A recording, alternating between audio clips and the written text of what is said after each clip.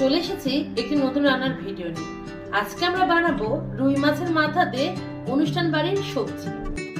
লবণ আর হলুদ দিয়ে মাছের মাথাটা মাখিয়ে রেখেছি। এবার আমরা তেলে ভেজে নিব।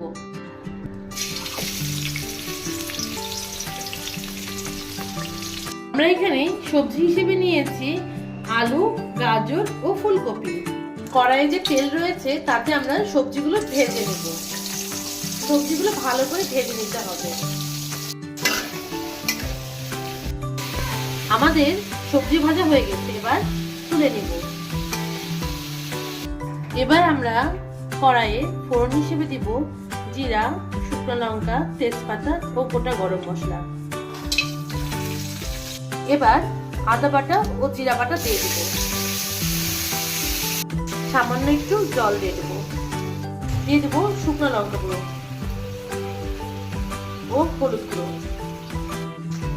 স্বাদ মতো লবণ দিয়ে দেব। এবার মশলাটা ভালো করে কষিয়ে নেব।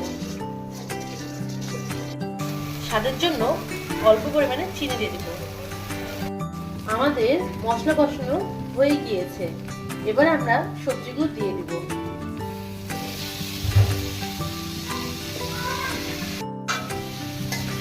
ভালো করে মশলার সাথে সবজিগুলো মিশিয়ে নেব। এবার আমরা মটরশুঁটি দিয়ে দেব।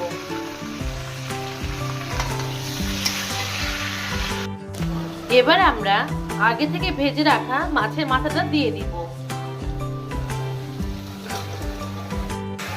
ভালো করে সবজির সাথে মাছের মাথাটা মিশিয়ে নিব।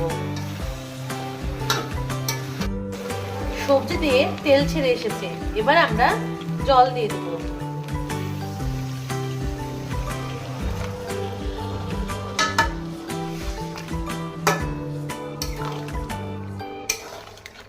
কয়েকটা কাঁচা লঙ্কা দিয়ে দিব। মাছের মাথা দিয়ে সবজিটা হয়ে এসেছে। গরম মশলার গুঁড়ো দিয়ে এবার আমরা নামিয়ে নিব।